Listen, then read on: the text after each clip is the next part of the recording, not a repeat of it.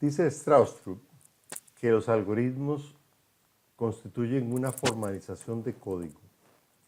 Esto es importante porque un algoritmo que viene con la biblioteca estándar de C++, ya por su propio nombre y la interfaz que provee, es mucho más claro que un simple for o un ciclo hecho a pie.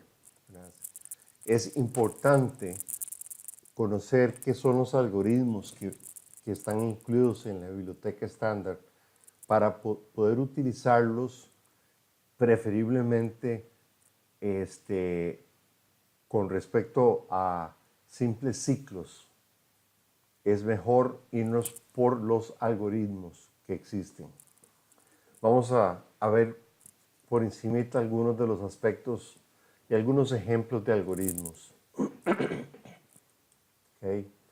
Por ejemplo, aquí vamos a crear un vector de enteros y vamos a buscar e imprimir los elementos mínimos y máximos. Como ven, aquí podemos utilizar un algoritmo que se llama MinElement y el algoritmo recibe un puntero al inicio y un puntero al final de la colección. En realidad, esto no tiene que ser así.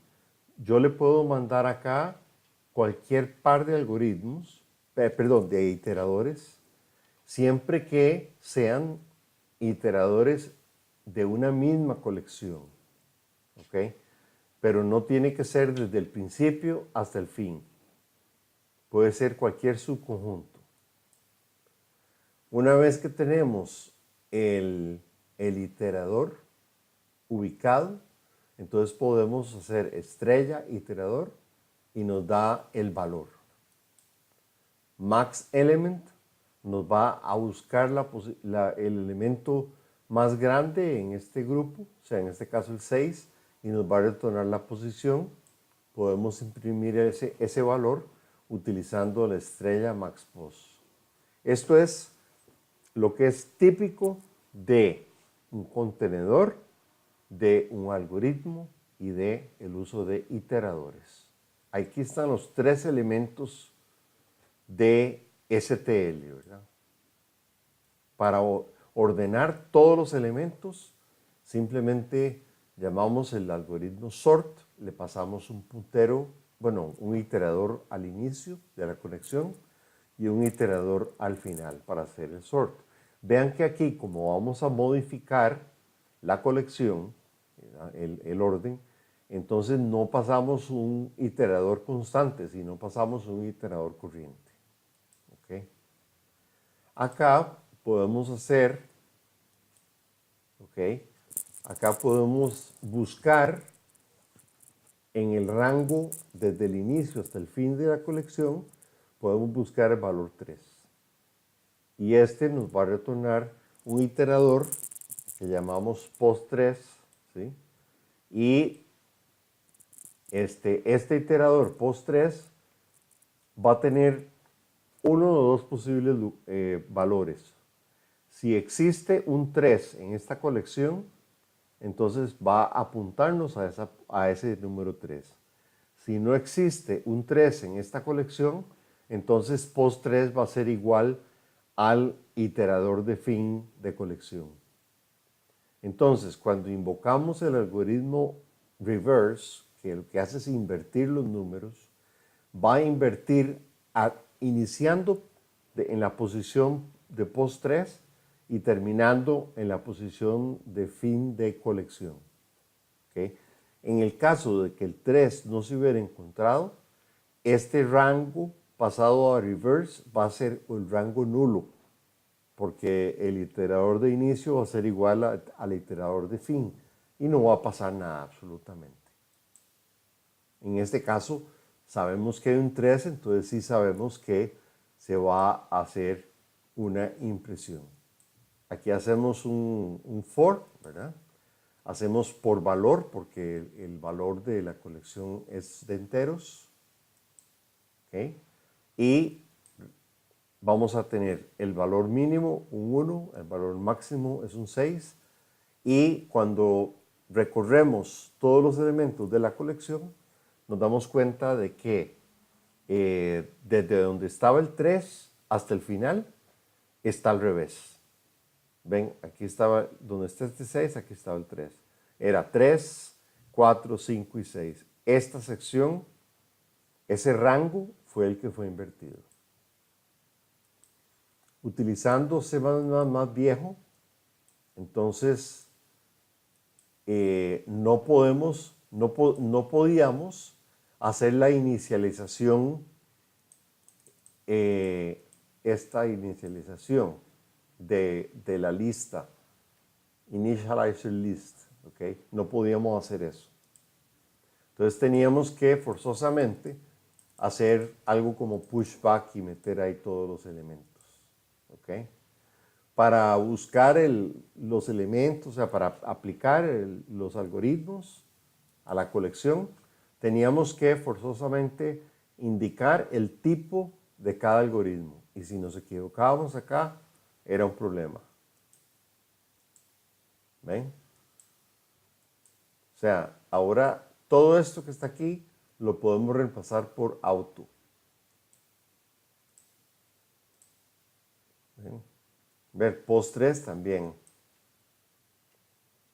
Hay que declarar el tipo. Y para imprimir, también tenemos que declarar el tipo. Y el mismo resultado, por supuesto. Ahora, si nosotros sabemos cuál de los dos números viene primero, veamos esto. Tenemos una lista de enteros. Vamos a insertar elementos entre 20 y 40 en la lista. Insertarlos al final. Y vamos a buscar la posición del elemento con valor 3. No existe, entonces post3 va a tener el valor de call.end. ¿Okay? Entonces le decimos, busque del inicio al fin de la colección, busque el valor 3 y retórneme cuando lo encuentre, retórnemelo en el iterador post3. Obviamente no lo va a encontrar. Si ahora hacemos el reverse, no va a invertir nada porque el rango dado por estos dos iteradores va a ser el rango vacío. Ahora, si nosotros buscamos valores que sí sabemos que existen, como el 25 y el 35, podemos crear iteradores, ¿verdad? Post 25 y post 35. En estos casos hay que poner el tipo porque no tenemos con qué inicializar estos iteradores. Aquí hacemos un find del valor 25 y lo almacenamos en el iterador post 25. Esto va a estar bien. Y aquí hacemos un find del valor 35. Esto va a estar bien también. Ahora, si queremos imprimir el máximo del rango correspondiente, que incluye post 25, pero que excluye post 35. Entonces, ponemos max element de post 25 a post 35. Sabemos que el segundo iterador siempre es uno más de lo que se incluye.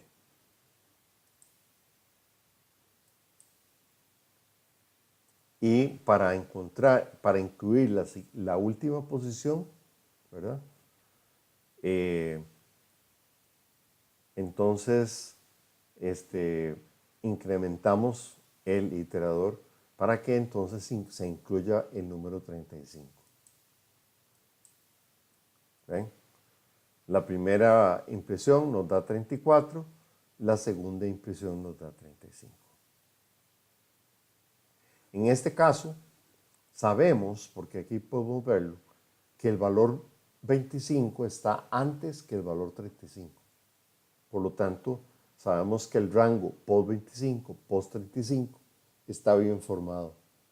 Pero si no lo supiéramos, o sea, si el 25 estuviera después del 35, entonces este rango estaría inválido. ¿Ok? Entonces vamos a asumir que no sabemos cuál va antes. Entonces lo que vamos a hacer es definir un lambda, ¿ok? Un lambda que busca desde el inicio de la conexión hasta el final de la conexión, pasándole enteros, y va a retornar sea i igual 25 o i igual 35. O sea, cualquiera de los dos. No sabemos, el 25 puede estar antes o el 35 puede estar antes, no hay ningún problema. Si pos es igual al final de la conexión, entonces ninguno de los dos existe. Si no, si el valor a donde apunta pos es el 25, entonces el 25 viene primero. Entonces podemos inicializar pos 25 con pos. Y entonces podemos hacer un find de, esto es importante, incrementamos pos una posición antes de invocar el find y buscamos el 35.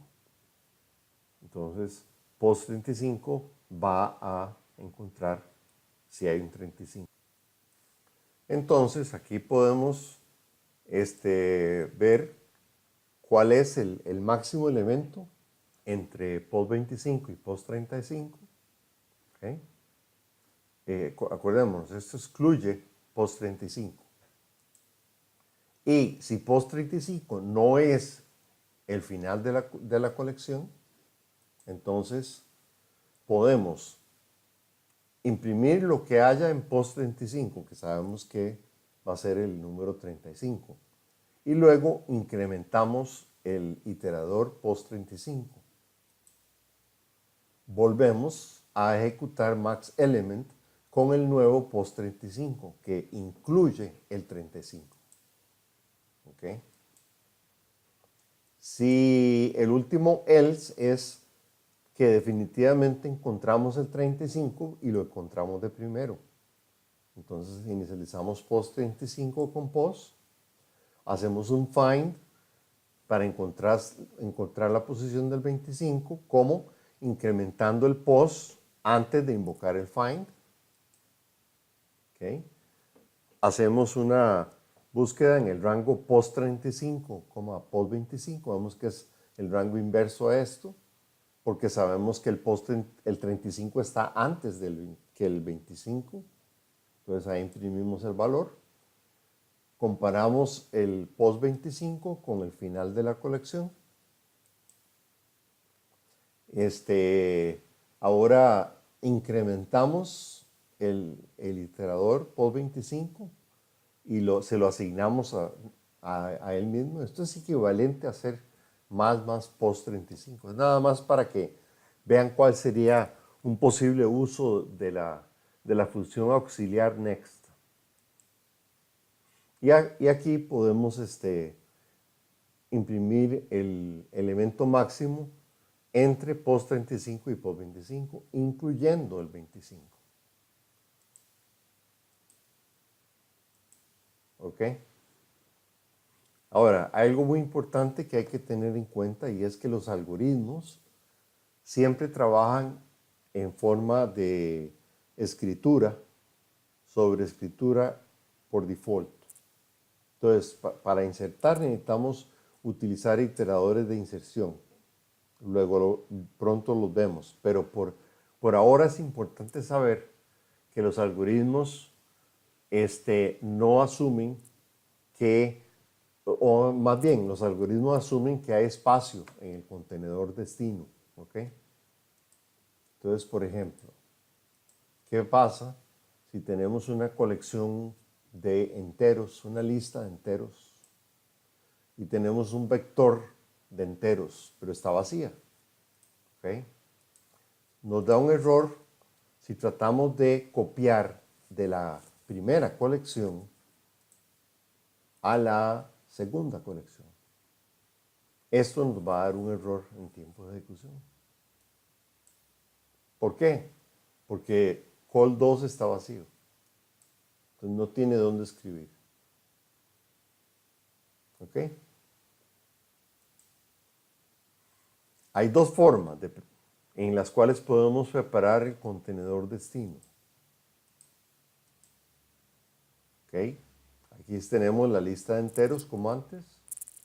Y aquí tenemos el vector de enteros como antes. Entonces, podemos hacer un resize. ¿Ok? Entonces, colección 2, resize, colección 1.size. Vamos a hacer que la colección 2 tenga por lo menos igual de elementos que la colección 1. Por lo menos, ¿verdad? Debido a la forma como los vectores o los contenedores en general crecen, no siempre crecen exactamente lo que uno les pide, sino que usualmente crecen más. Entonces, ya que está crecido col2, entonces ahora sí podemos hacer copy, porque el destino ya existe, ya tiene elementos, aunque están, digamos, están vacíos, están en ceros. ¿Ok? La otra opción sería crear una colección pasándole el tamaño de la colección inicial como parámetro. ¿Okay? Entonces, esto nos genera una doble cola de enteros con un tamaño que va a hacer que quepa la colección 1. Aquí entonces podemos hacer otro copy a la colección 3. ¿Ok?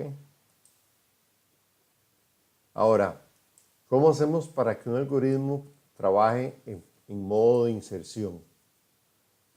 Nuevamente, veamos la colección 1, es una lista de enteros.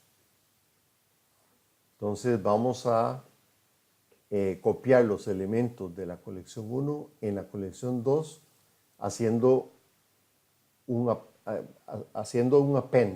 appending them. ¿Okay?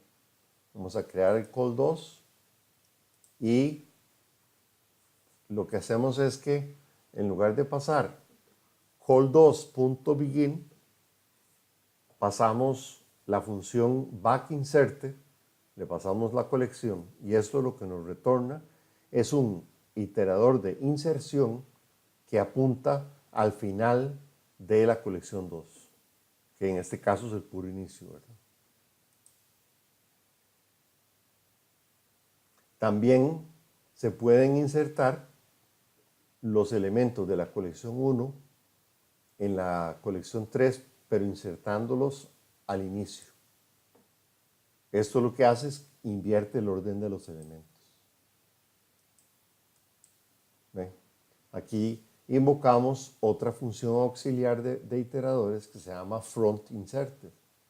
Este frontInserter lo que hace es que toma la colección 3 y obtiene un iterador de inserción apuntando al primer elemento de la colección 3.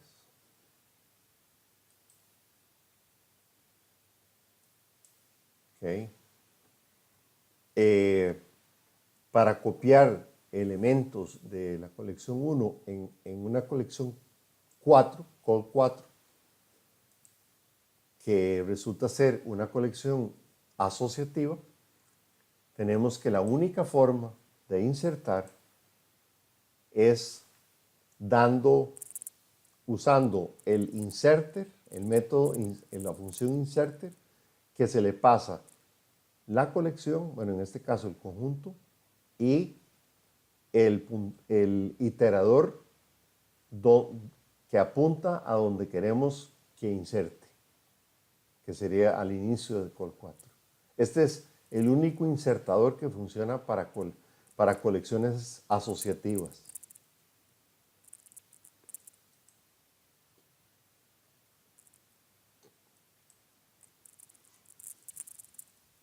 También podemos iterar flujos de bytes en modo de inserción. Digamos que tenemos un vector de hileras y lo que queremos hacer es leer todas las palabras que provienen del standard input.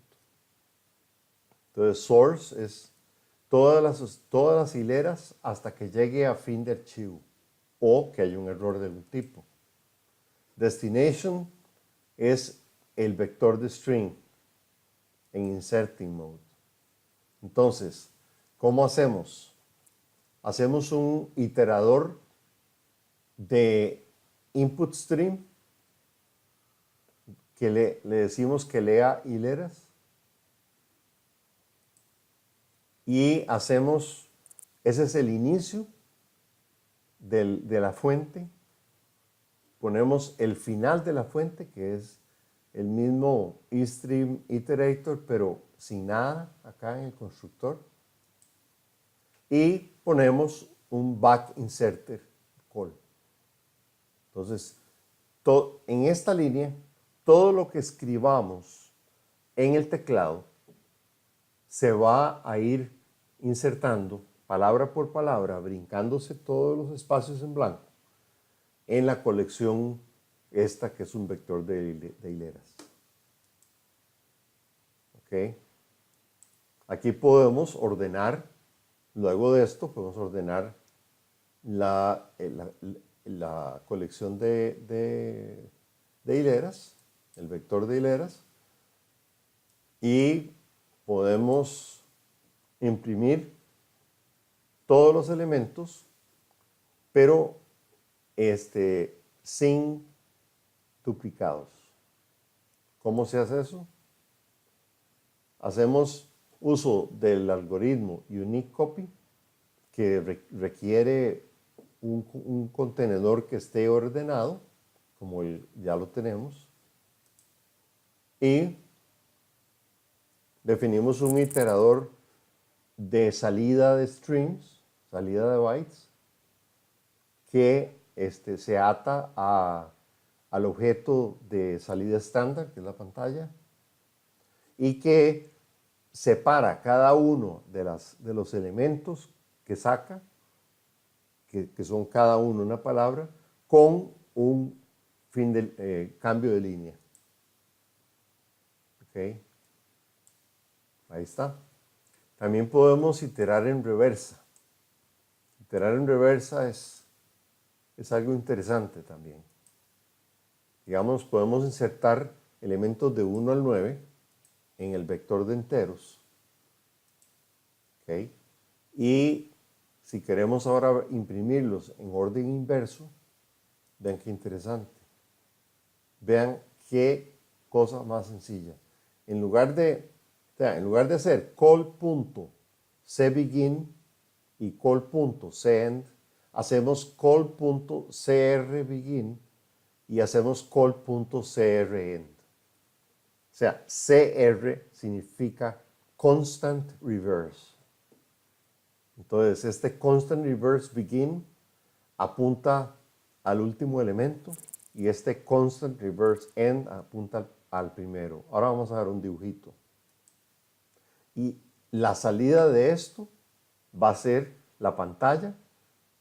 ¿Ok? Vamos a ir sacando enteros, ¿sí? Y los vamos a separar uno del otro por un espacio.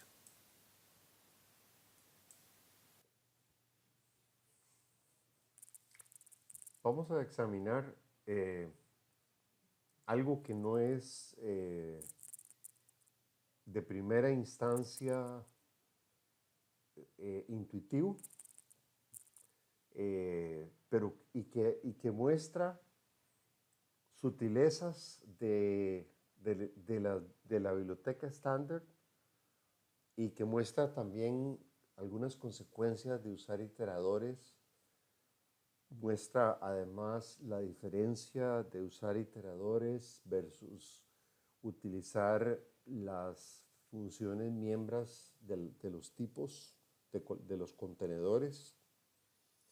Así que todo esto lo vamos a hacer en el contexto específico de cómo eliminamos elementos de contenedores secuenciales. La pregunta parece algo tan simple y vamos a ver por qué no lo es. y también cómo hacer, cómo lograr que sea simple. ¿Okay? A primera instancia, asumamos que tenemos una lista de enteros y la tenemos llena de 12 enteros. ¿Okay? Imprimimos, ¿okay? Y podemos ver la lista que va de 6 a 1 y de 1 a 6. Noten aquí que la impresión se hace mediante una copia, ¿verdad? Utilizando los iteradores constantes del inicio y el fin de la colección y mandando todo esto entero por entero al iterador del output stream que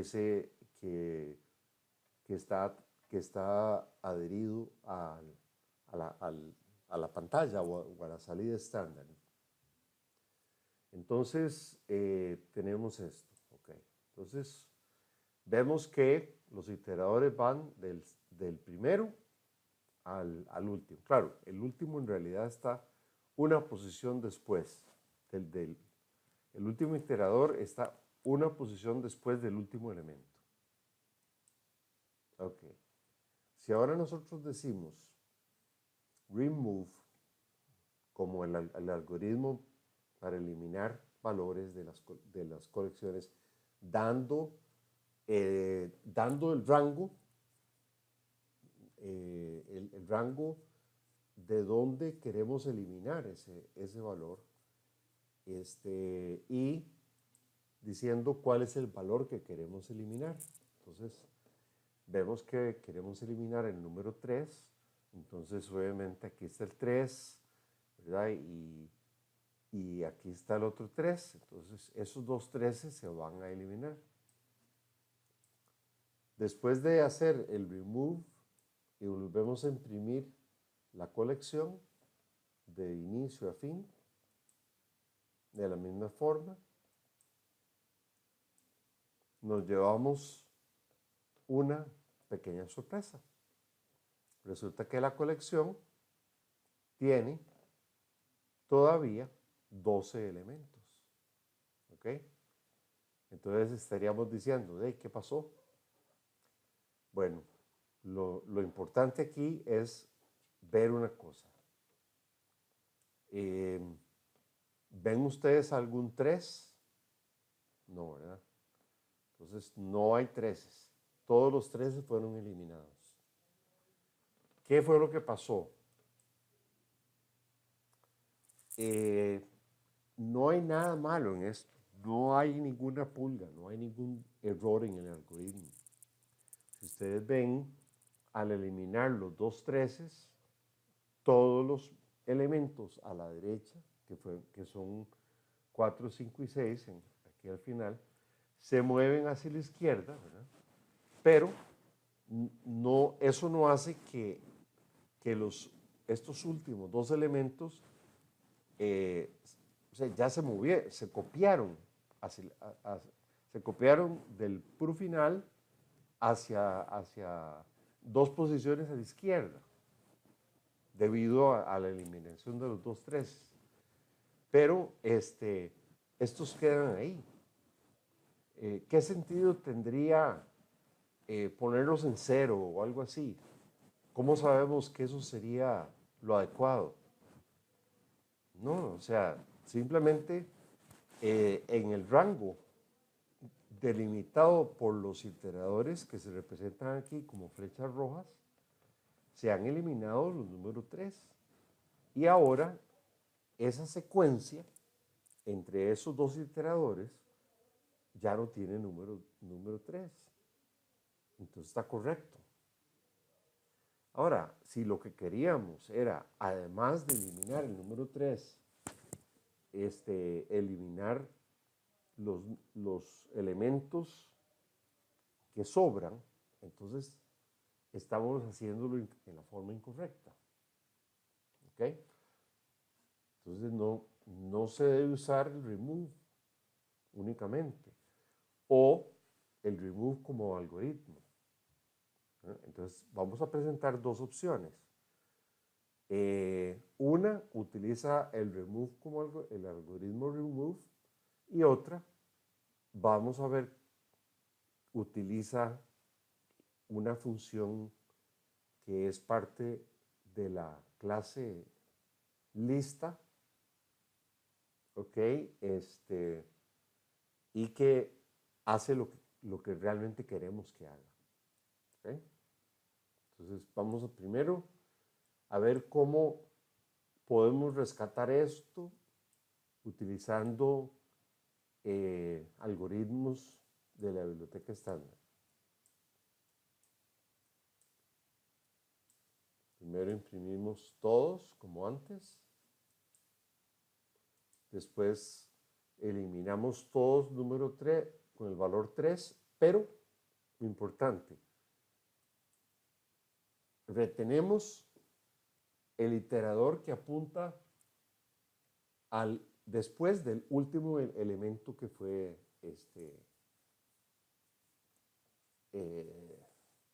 copiado. O sea, el nuevo fin. ¿Ok? Si ahora nosotros imprimimos desde el principio al nuevo fin, entonces nos vamos a llevar una agradable sorpresa.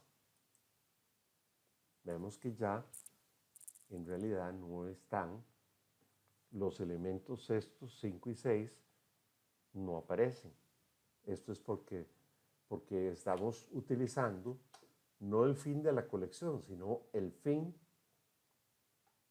retornado por el algoritmo remove. ¿Okay? Si queremos saber cuántos elementos fueron eliminados, podemos hacer una aritmética de iteradores, pasándole 2 iteradores a la función auxiliar distance.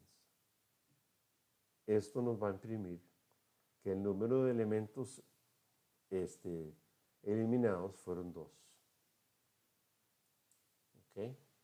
Ahora queremos realmente borrar los 2 elementos, borrar los 2 elementos de la colección, los 2 elementos que sobraron, ¿okay? Que están dados por el rango que inicia en el iterador end y termina en el iterador end, iterador end de la colección. ¿Okay? Una vez que hacemos ese erase, si volvemos a imprimir, entonces ya nos da la secuencia como queremos.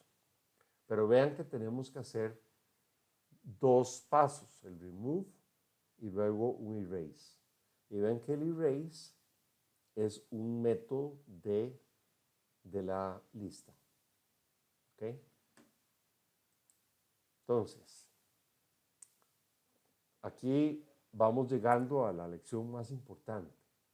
La lección más importante de este escenario, que como les decía al principio es un poco antiintuitivo, es que si hay si tenemos un algoritmo y tenemos una función miembro de un tipo en la biblioteca estándar, entonces usualmente va a ser la mejor práctica utilizar la función miembro y no el algoritmo. ¿Ok? Vamos a ver por qué esto es así.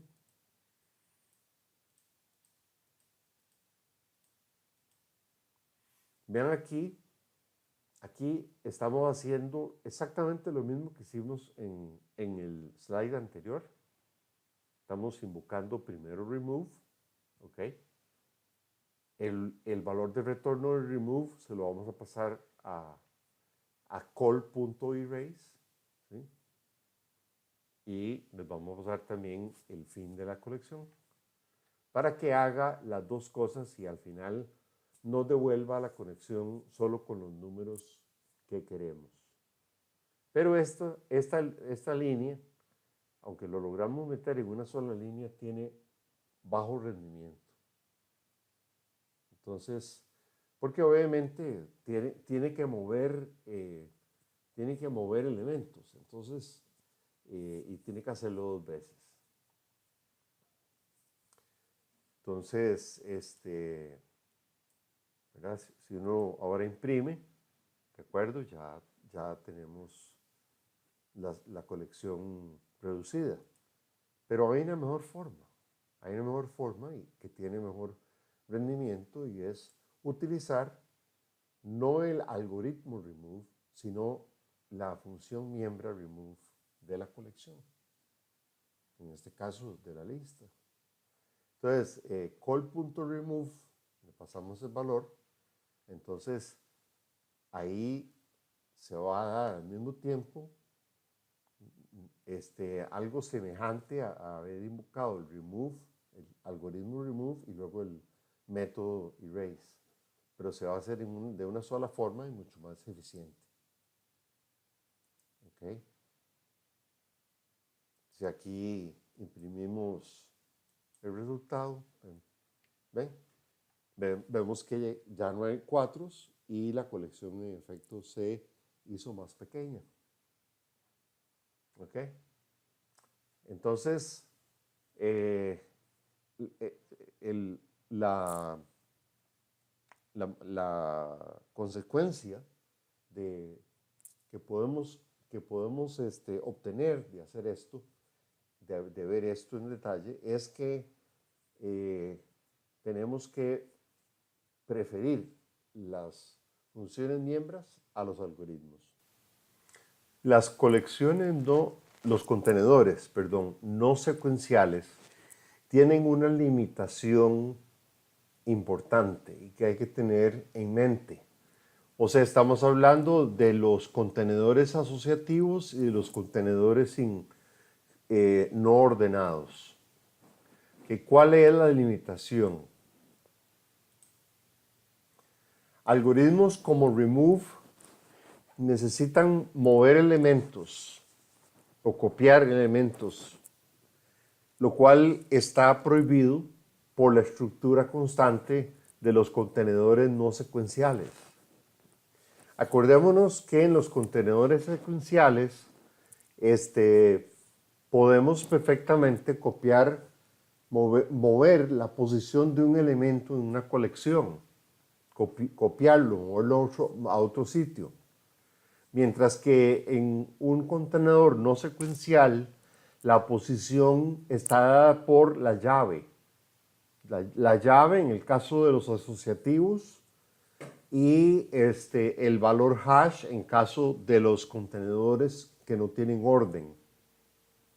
Entonces esto hace que algoritmos como remove, por ejemplo, que se basan en extraer un elemento y mover los de su derecha, no funcionen.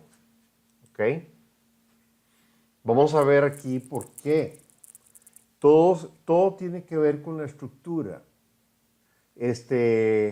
O sea que los valores de las llaves imponen una estructura que es constante y que es inviolable y no se puede modificar. ¿Ok? En el caso de los contenedores asociativos, estamos hablando de árboles. Y en el caso de los contenedores no ordenados, estamos hablando de funciones hash. ¿Ok?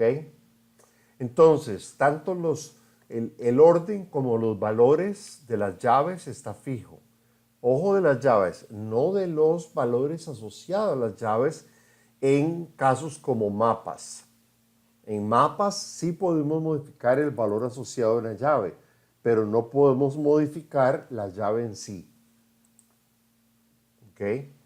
En los asociativos, la llave determina la posición en el árbol y estas llaves son constantes. En los contenedores no ordenados, la función hash determina las posiciones en el contenedor. Entonces, ¿cómo hacemos para eliminar, sacar, remover elementos de un contenedor asociativo.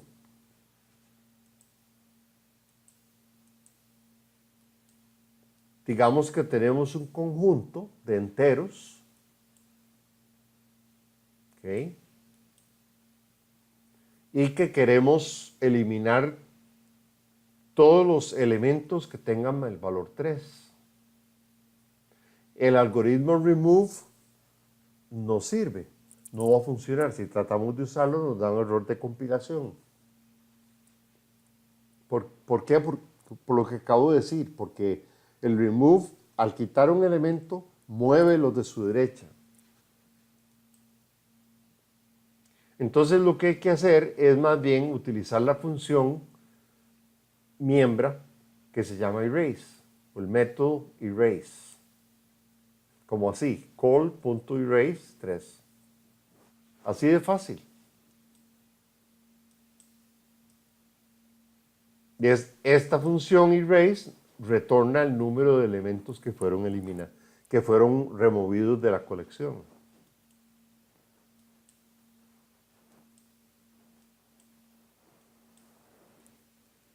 ¿Ven? Y aquí podemos ver el resultado al final, donde al principio hay un 3, se hace el erase y ya no tenemos el 3. Muchos algoritmos utilizan funciones en forma de argumentos. Esto da una flexibilidad enorme, nos permite customizar el comportamiento de los algoritmos. Por ejemplo, podemos desear tomar una acción con cada elemento de una colección. Primero podemos tal vez definir acá cuál es la acción que queremos tomar. En este caso definimos una función que simplemente imprime el valor del parámetro separado por un espacio en la pantalla. Aquí creamos una colección, un vector de enteros con elementos de 1 al 9 y para imprimirlos usamos el for each, que es un algoritmo del Standard Library. ¿Okay? Damos el rango utilizando iteradores constantes y decimos qué operación queremos que sea invocada para cada elemento de esa colección. Y aquí, internamente, el for each le va a ir pasando cada elemento a la función print. Hay otra forma de hacer esto, que a partir de C++11, con el nuevo formato que tiene for, ¿verdad? Un for nuevo, ¿sí? Es lo que se conoce como el range for, y que nos permite decir, ok, declarar un elemento y luego poner 2 puntos y un nombre de una colección. Entonces ahí podemos ver, en este caso, por cierto, notamos que dejamos que el compilador derive el tipo de los elementos de la colección, pero si decimos que queremos que sean extraídos por copia. ¿Okay? ¿Por qué por copia? Puesto que la colección lo que tiene son enteros y los enteros son más eficientemente copiados que pasados por referencia. ¿Okay? Entonces aquí, como ven, podemos invocar el print y más o menos, o sea, el resultado es el mismo. Este resultado viene a ser el mismo. ¿Okay? Bueno, menos una pequeñita diferencia, ¿verdad? Aquí imprimíamos un cambio de línea, aquí no. Eso es una omisión de mi parte. Pero bueno, ustedes pueden ver esto acá. Hay un asunto, que el for each existió desde antes del C++11. Entonces el for each era mejor que hacer un for antiguo. Ahora que existe el range for como pues el for each en realidad puede haber pasado a un segundo plano.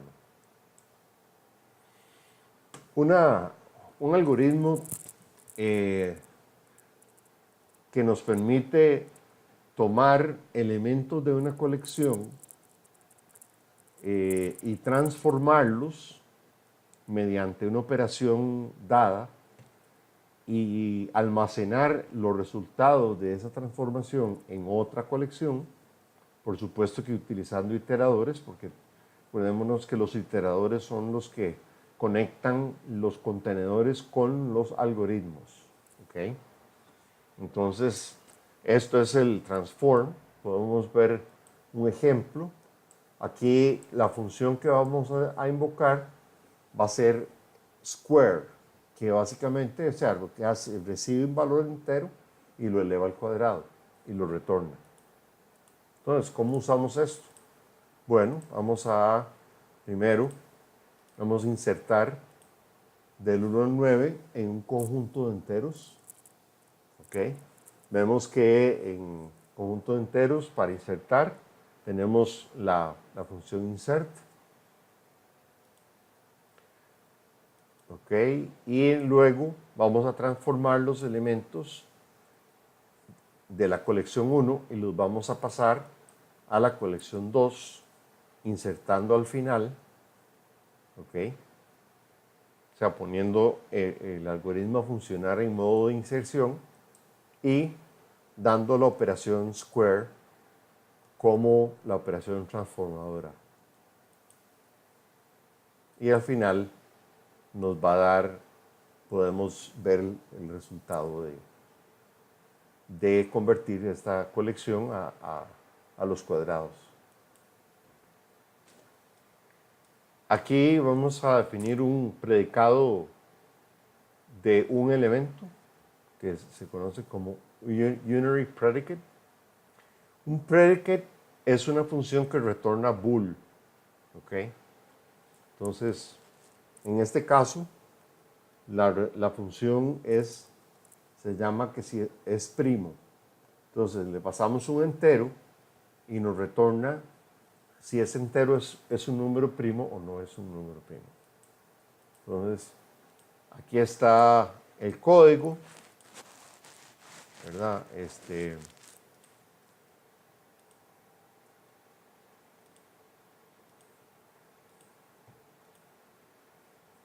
es el código. Y si vamos a hacer una búsqueda utilizando ese predicado, entonces si tenemos una lista, le insertamos elementos del 24 al 30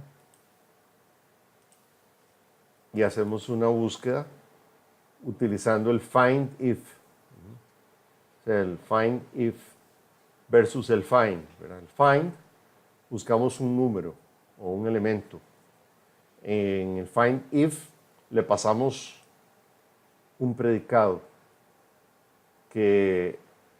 y entonces el find if nos va a retornar el iterador al primer elemento primo en esa colección, en ese rango. ¿Okay? ¿Cómo verificamos si la búsqueda resultó exitosa? Simplemente comparamos el iterador retornado con el fin de la colección. ¿Okay? Entonces aquí podremos imprimir el elemento encontrado, el primer número primo, y si no, habría que decir no encontramos ningún número primo. Ahora vemos cómo puede definirse un predicado binario. Entonces, ¿qué sería un predicado binario? Binario es que recibe dos parámetros. Y predicado, como dijimos antes, es una función que retorna bool. Entonces, lo que vamos a hacer es que vamos a definir un tipo person, con dos strings para los nombres, nombre y apellido. Vamos a definir también un constructor que crea una persona a partir de los dos nombres de la persona. Después vamos a definir un método constante que retorna el primer nombre de la persona. También lo declaramos como no except, porque sabemos que no va a lanzar una excepción. Igual con el apellido. Y ahí tenemos ese tipo. ¿Okay? También podemos definir un operador shift-shift, ¿verdad? Que nos permite desplegar una persona en un output stream. Ahora, definamos el predicado binario. Vamos a llamar eso Person Sort Criterion, donde se reciben dos personas por referencia constante y se retorna bool. Entonces, ¿qué es lo que vamos a hacer? Primero tenemos que definir qué significa que una persona sea menor que otra. Y la respuesta a eso es que si es menor, si el apellido es menor, o si el apellido es igual, pero el primer nombre es menor. Entonces eso es lo que vamos a hacer aquí, return. Es así de simple. Entonces ahora vamos a ordenar la colección utilizando el predicado binario. Vamos a generar unas personas, ¿sí? Vamos a insertar estas personas en una doble cola, ¿ok? Vamos a imprimir usando un for tradicional, pero usando iteradores. Vamos a ordenar usando el sort, ¿okay?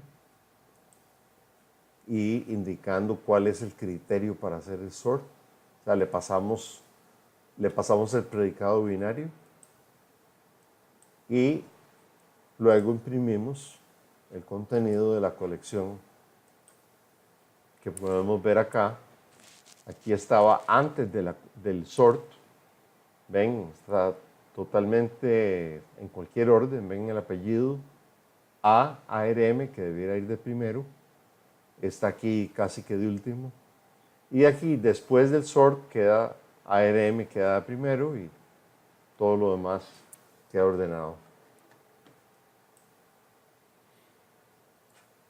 Ok, vamos a hablar de la utilización de lambdas.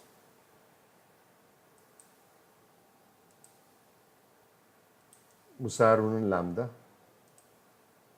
Digamos que tenemos una doble cola y queremos hacer una búsqueda donde la búsqueda va a ser va a utilizar un lambda como criterio. ¿Ok? Entonces, aquí ven el lambda va a recibir un entero cada tiro, un entero porque la doble cola es de enteros, ¿sí? Igual acá significa que los parámetros, o sea, los valores que están aquí afuera al alcance del lambda se toman por valor, ¿ok? Y, perdón, X y Y se toman por valor, o sea que se va a tomar el 5 y el 12 acá, aunque luego se modificaran X y Y, no se van a ver modificados dentro del lambda. ¿Okay? Y entonces, ¿cuál va a ser el resultado? Bueno, ¿cuál es el primer elemento que es mayor a 5 y menor que 12? Y eso es lo que nos va a imprimir. Entonces vemos que utilizar lambda es muy cómodo y nos permite acceder a valores que están en el ámbito. Ahora podemos mejorar esto, como este botoncito que dice Improve, podemos mejorarlo de la siguiente forma. O sea, aquí estamos diciendo que no estamos especificando cuáles son los valores que estamos utilizando dentro del lambda. Estamos nada más diciendo que podemos usar cualquier valor dentro del lambda y que lo estamos haciendo vía copia, pero no decimos cuáles. Entonces, para mejorar eso, lo que podemos hacer es hacer esto. X igual X, y igual Y. Aquí obviamente podemos poner otro número, otro nombre, pero no tiene sentido, ¿verdad? O sea, se puede guardar el mismo nombre. ¿Okay? Entonces, el X, el segundo X, el segundo Y, se refieren a estos de aquí fuera. Y el primer X y el primer Y se refieren a los que están adentro. El compilador sabe distinguirlos. Y eso así queda muy, muy claro. ¿Qué son los elementos de los cuales este lambda depende? Okay. También podemos usar lambdas para ordenar, ¿verdad? ¿Qué vamos a esperar ahí? Bueno, que el lambda tenga dos parámetros, ¿no? Entonces, por ejemplo, tenemos la clase persona aquí otra vez. Lo tenemos colocada dentro de un namespace sin nombre. ¿Ok? ¿Alguien sabe qué significa esto? Cuando metemos algún código dentro de un namespace y no le ponemos nombre, el efecto de eso es que este código se vuelve solo accesible de la unidad de traducción en que estamos, o sea, el CPP en que estamos. No puede ser utilizado desde otro CPP. Es lo que antes en C y en C++ se hacía con el static. Aquí vamos a ordenar una doble cola de personas. ¿Okay? Y como ven, vamos a definir el lambda. Esta vez el lambda va a tener dos parámetros, ¿verdad? Las personas que tienen que comparar, que son referencias constantes. ¿Okay? También esta vez no va a utilizar ningún valor externo. ¿Okay? Y ahí está el lambda definido y se termina con este corchete y luego paréntesis para cerrar el paréntesis del sort. ¿Okay? Ahora, si queremos comparar los lambdas con los objetos, con los function objects, con los functores, los lambdas no tienen estado que pueda mantenerse a lo largo de múltiples llamadas al lambda, pero tiene la ventaja de que puede ser definido en línea. Entonces, es muy claro a la hora de estar leyendo, nos topamos un lambda y sabemos claramente qué es lo que el lambda hace. Mientras que los function objects permiten encapsular un estado interno, pero no pueden ser definidos en línea. El operador de invocación es lo que determina, es lo que define un function object. ¿Okay? Por ejemplo, si definimos una clase print int, ¿okay? Entonces le definimos el operador de invocación como recibiendo un entero, y esto lo que hace es imprimir el entero. Entonces podemos hacer un for each aquí en un vector, ¿ve? Donde le pasamos el rango de la colección que queremos que imprima y le pasamos print int corchetes. Esto lo que hace es crear un objeto de la clase print int, y ese objeto es el que se va a invocar con el operador de invocación para acceder a este código de aquí.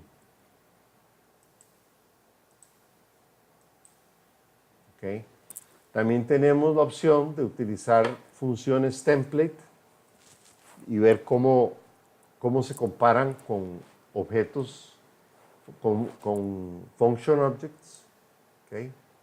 Por ejemplo, aquí podríamos tener esta función que tiene un template, que es un valor entero, ¿sí? Y la función recibe una referencia a un entero. Es una referencia porque queremos modificarlo. Entonces, cuando esta función se invoque, entonces el elemento se le va a sumar el valor que se define para este template function. Este otro es un function object, que es más flexible porque el número lo podemos determinar en tiempo de ejecución, pero es menos eficiente, o sea, corre menos rápido. Entonces, aquí construimos el constructor, setea el valor, y el operador de invocación hace lo mismo que este add de acá. ¿Ven? Noten que aquí el operador de invocación lo declaramos constante porque no estamos modificando ninguna de las variables de esta clase. Entonces, vamos a usar, vamos a primero crear la lista y vamos a agregar 10 a cada elemento. Primero, utilizando la operación, el template function, add y angular es 10. Entonces, add angular es 10 se refiere a esta función. Acuérdense que un template function, cuando se le dan los parámetros, se convierte en una función. Y aquí, lo que vamos a hacer es que le vamos a crear un objeto de la clase addValue y le vamos a pasar el primer elemento de la colección para que agregue ese valor a cada elemento de la colección. ¿Ven? Como vemos, pues esto es en tiempo de ejecución, se escoge cuál es el valor, mientras que usando templates, esto es en tiempo de compilación. La biblioteca viene con muchos objetos, function objects predefinidos que son útiles. Realmente hay muchos y les recomiendo que los busquen y que los examinen, que se familiaricen. Vamos a ver algunos acá. Por ejemplo, está el negate y el multiplies, por ejemplo. Ambos son template functions, ¿verdad? Eso no nos sorprende, ¿verdad? Lo más mínimo. Digamos que tenemos una doble cola, ¿sí? Y hacemos una transformación.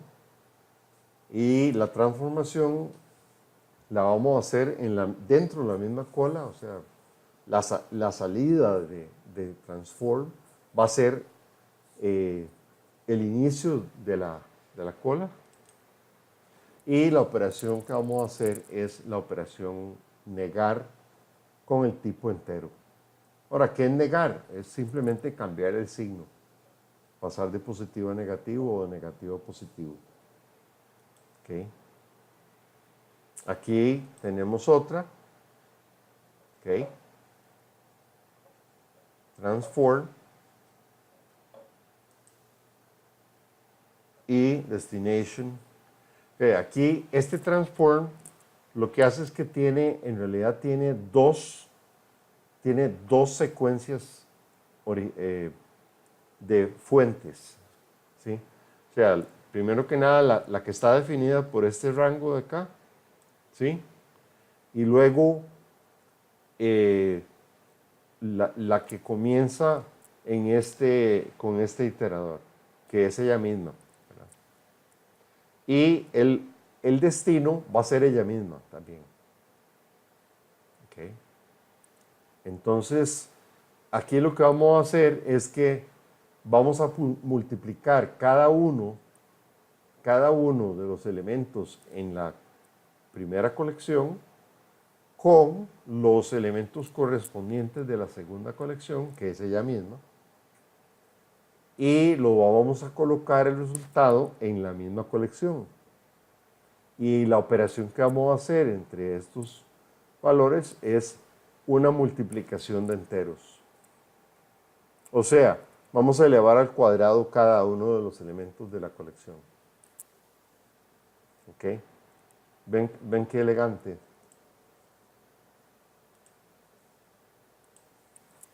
Ahí está. ¿Ven? Inicializado era el valor, luego negado, todo pasa a negativo, y luego elevado al cuadrado, todo pasa elevado al cuadrado. También tenemos adaptadores de función, los binders. ¿Okay? Y los binders tienen también placeholders. Entonces, aquí definimos un conjunto y le pasamos un function object que viene con el estándar, que es greater, para operar sobre tipos int. ¿Okay? Y hacemos un transform, lo insertamos en la doble cola, al final de la doble cola con un back inserter, y lo que hacemos es que vamos a unir, bind, la función multiplies. ¿Okay? Multiplies recibe dos argumentos. Entonces, uno de ellos va a ser tomado de la colección y el otro va a ser el elemento 10. Entonces, este underscore 1 es lo que se llama un placeholder. Y en realidad es bien bonito. Esto es un objeto que está definido en placeholders. Si quieren, pueden buscarlo ahí. Está interesante. Es bonito. Entonces, aquí, ¿verdad? Imprimimos formada. Y aquí vamos a hacer un replace if. Entonces, ¿cuál es el criterio de replace? Vamos a hacer un bind de equal to. Entonces, ¿qué es esto? Equal to es binario, ¿verdad? Entonces recibe dos parámetros.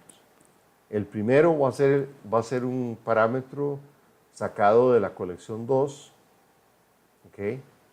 Y el segundo va a ser el número 70. Entonces, el replace if va a ser la operación para reemplazar es que si el elemento es igual a 70. Si es igual a 70, entonces estamos. ¿Y cuál es el nuevo valor? Para aquellos elementos que tengan valor 70, van a quedar con valor 42. ¿Okay? Y acá vamos a borrar primero, o sea, eliminando, utilizando el logical AND, ¿okay? El logical AND. Entonces, aquí metemos otro bind que es mayor o igual y menor o igual. Entonces, y al final, este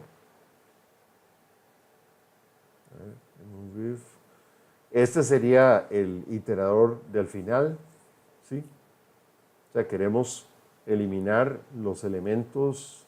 Este remove if va a retornar un iterador que está después del último elemento copiado y entonces va a borrarse va a borrar todos los elementos entre ese final y el final original de la colección. Entonces, este bind es interesante porque nos permite hacer un AND. Entonces, esto lo que quiere decir es, elimine aquellos números de la colección 2, o sea, de la doble cola, que son iguales a 50, iguales o mayor a 50, y además menores o igual a 80. ¿Ok? Entonces, ese es el logical AND. ¿Ok? O sea, los parámetros del logical AND son otras funciones, son dos funciones.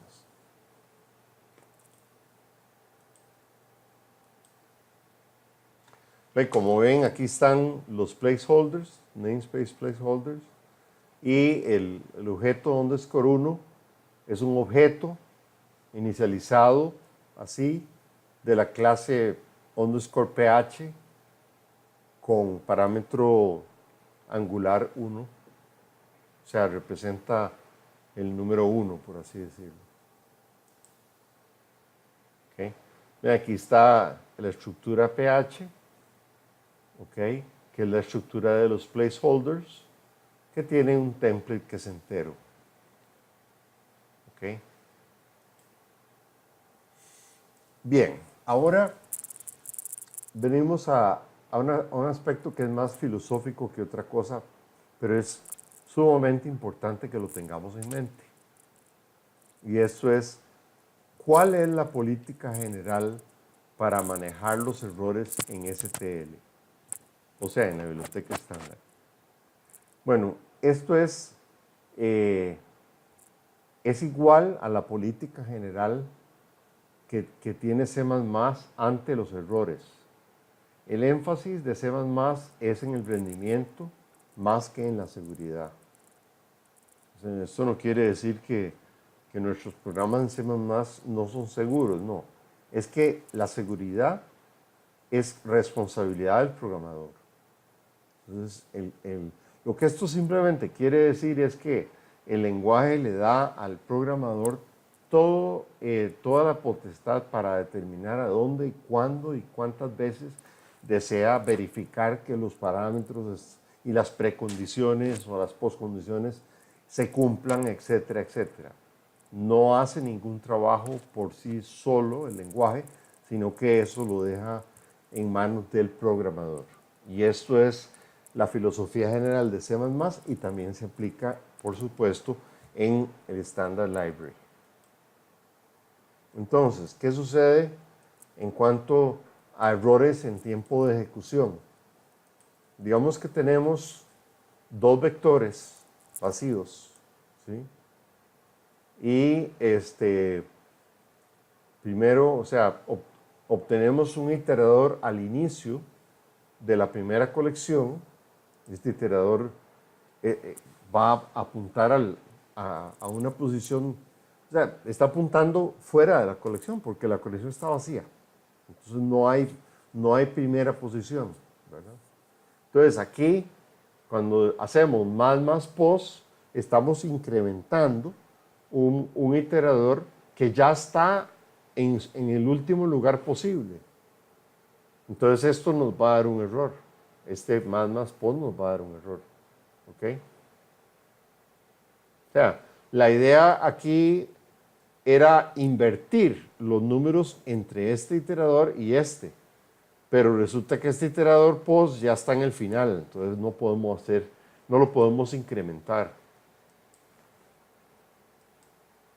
Aquí vamos a agregar números a la primera colección y también vamos a generar un error en runtime haciendo una copia de la primera colección hacia la segunda colección. ¿Y por qué nos va a dar un error? Porque no estamos haciendo inserciones. No tenemos el back inserter ¿verdad? O el front inserter o qué sé yo. O sea, no tenemos, estamos trabajando en modo default y por lo tanto nos va a dar, y la colección 2 está vacía. Entonces nos va a dar un problema. Aquí tenemos un problema todavía más grave, ¿verdad? Que es haber dado un rango donde los dos iteradores que definen el rango no pertenecen a la misma colección. ¿Lo ven? O sea, esto es fatal, ¿verdad? Estamos mal acá. Para terminar esta sección relacionada a errores que pueden darse durante la ejecución de algoritmos relacionados a contenedores, tenemos que tocar el tema de la invalidación de los iteradores. Esto es muy importante porque los errores que se pueden dar pueden ser muy serios. Por supuesto, cuando nosotros trabajamos en modo de depuración, o sea, cuando nosotros trabajamos como debiera de hacerse inicialmente al usar la biblioteca estándar, que es usarla en modo de debug, entonces el runtime nos va a advertir cuando caemos en alguna de las trampas con los iteradores. La invalidación de iteradores se puede comparar a tener punteros que apuntan a lugares que ya no existen objetos en esos lugares. O sea, es más o menos lo mismo. ¿Okay?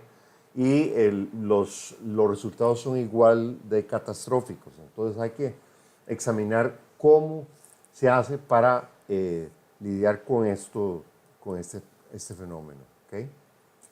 Entonces tenemos que un iterador, ¿verdad? Puede convertirse puede perder su validez después de realizarse ciertas operaciones en un contenedor. ¿Okay? Específicamente, para todo tipo de contenedores, cuando una inserción o se agrega un elemento o cuando se le pide al contenedor más bien que se encoja, digamos, por ejemplo, con una función como size to fit, algo así, esto puede llevar a una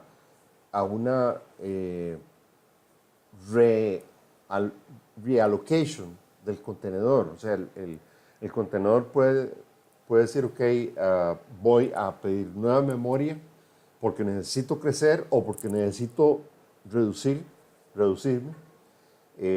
Más, probablemente mucho más se da cuando se necesita crecer, ¿verdad?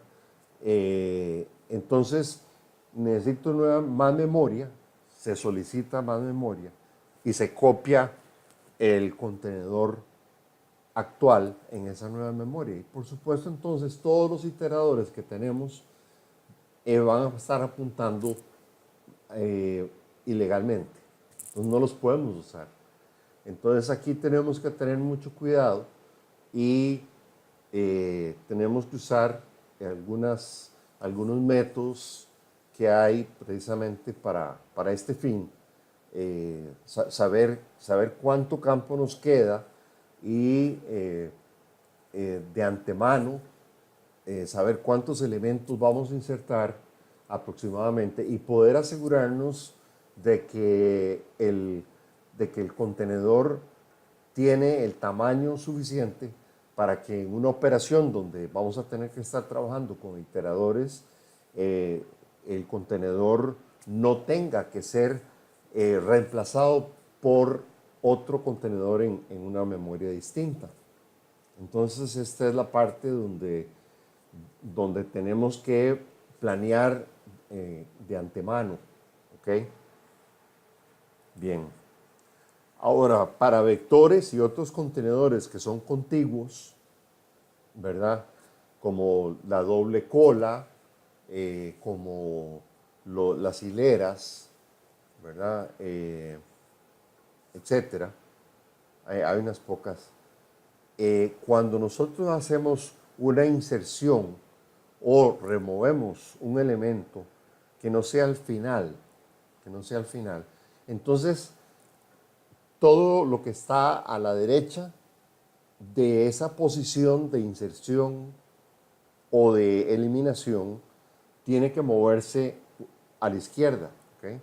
Entonces, los iteradores que estaban apuntando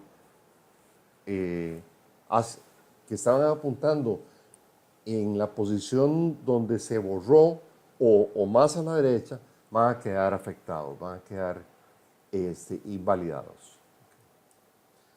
Para contenedores que están basados en nodos, ¿verdad? Que no son contiguos, por ejemplo, listas enlazadas, árboles, como en los contenedores asociativos, tablas de hash, ¿verdad? Que utilizan, al fin y al cabo, si bien utilizan un tipo de vector para caer en el bucket, una vez que cae en el bucket, la implementación usual es una lista enlazada saliendo de cada bucket. ¿Okay?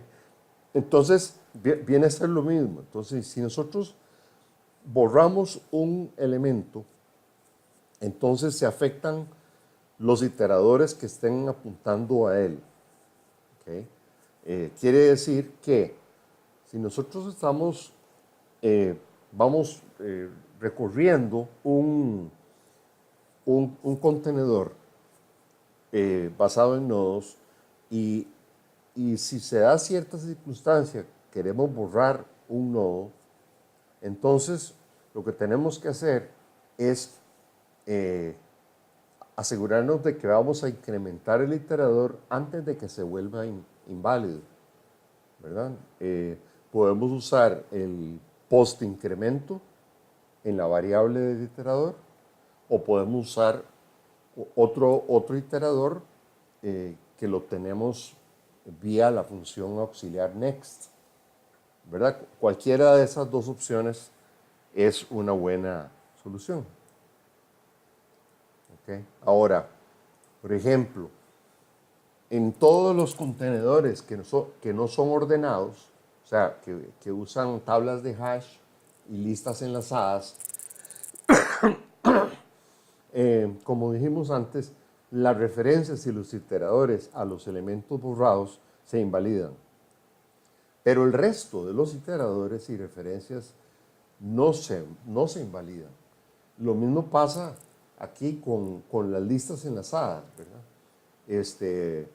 Los iteradores que se borran, que apuntan a elementos que se borran, se afectan, pero los otros no.